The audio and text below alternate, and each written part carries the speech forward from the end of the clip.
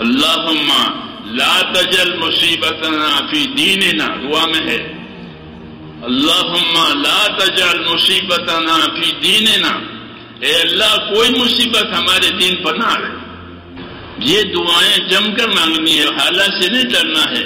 اللہ تعالیٰ حالات بدل لیں گے، اور کوئی طاقت ضد پر آئی تو اللہ اس طاقت کو توڑ دیں گے، یہ پکی بات ہے۔ یہ ہم کسی کے لیے نہیں کہتے، کوئی بھی طاقت اگر اللہ کے کام پر ضد سے کھڑی ہو گئی اللہ تعالیٰ اسے توڑ دیں گے۔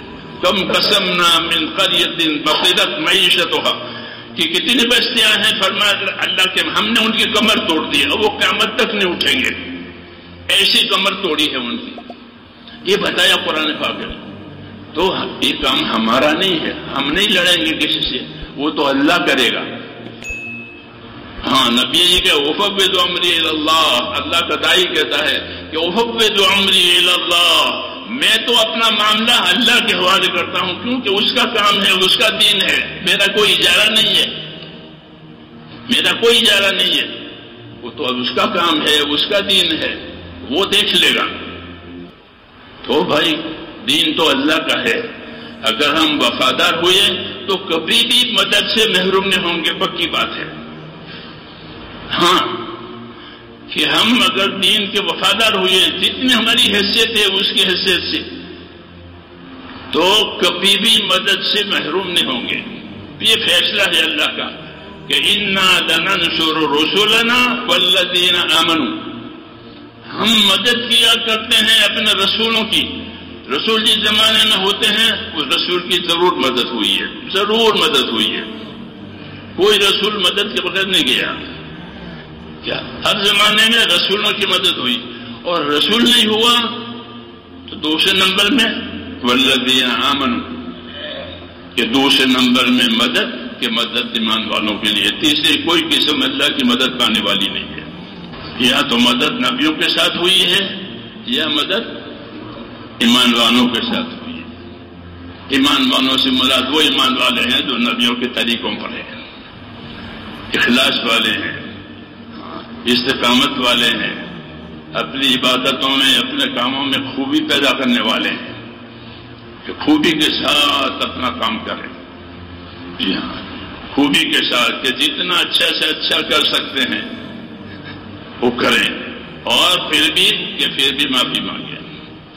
کیوں؟ یہ بہت بڑا شرف ہے یہ کہ اللہ تعالیٰ نے ہم کو یہ کام دیا، بہت بڑا شرف۔ کیوں؟ نبی تو کسی کو بنائیں گے نہیں، لیکن نبیوں کا کام کے لیے کہ اسی امت کو چھوڑا ہے بس۔ اس امت میں سابق بالخیرات بھی ہیں، اس امت میں مقتصد بھی ہیں، اور اس امت میں ظالم علی نفسہ ہی بھی ہیں، گنہگار بھی ہیں۔ ان کو یہ کام سونپا ہے، اس امت کو۔ اس امت کے 3 طبقے بتائے، ایک سابق بالخیرات یا خیر کے کام ہے آگے آگے، دوسرے مختصر درمیان نارمل، کچھ ادھر درمیانی، اور تیسرا ظالم یعنی گنہگار۔ لیکن تینوں کا جنت میں جانا طے ہے، بالکل تینوں طبقوں کا۔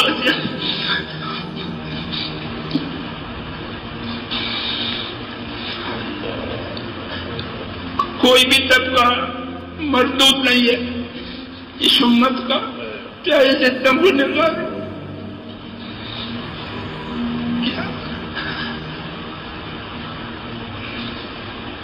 بعض حدیثوں میں ہے وہ سمجھنے کے لیے ہے کہ اگر تم گناہ نہیں کرو گے تو اللہ ایسے لوگوں کو لائے گا جو گناہ بھی کریں گے اور معافی بھی مانگیں گے اور خدا ان کو معاف کرے گا۔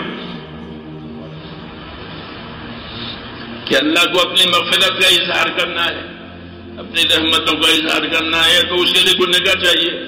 جیسے بھوک ہے تو اس کے اندر روزی کے لیے بھوک پیدا کی، بھوکے ہو گئے تو روزی دی ان کو، تو ایسے گنہگار ہوئے تو ان کو معافی دی، تو اپنی معافیوں کا مظہر ہے وہ۔ اس لیے امت کے 3 طبقے ہیں، سابق بالخیرات، مقتصد اور ظالم، لیکن تینوں کا جنت میں جانا یہ طے ہے۔ کہ تینوں جنت میں جائیں گے، یہ اللہ کی طرف سے ہے۔ اس لیے میرے دوستو، اللہ تعالیٰ سے اچھا گمان، اللہ سے اچھا گمان اور اللہ تعالیٰ کو راضی کرنے کی فکر، اللہ بہت جلدی راضی ہو جاتے ہیں، بہت جلدی راضی ہو جاتے ہیں۔ نیت بدلی، اللہ راضی ہو گیا، نیت بدلی، بس اب نہیں کرنا ہے غلط کام کہ اس کی نیت بدلنے سے اللہ کا راضی ہونا شروع ہو گیا۔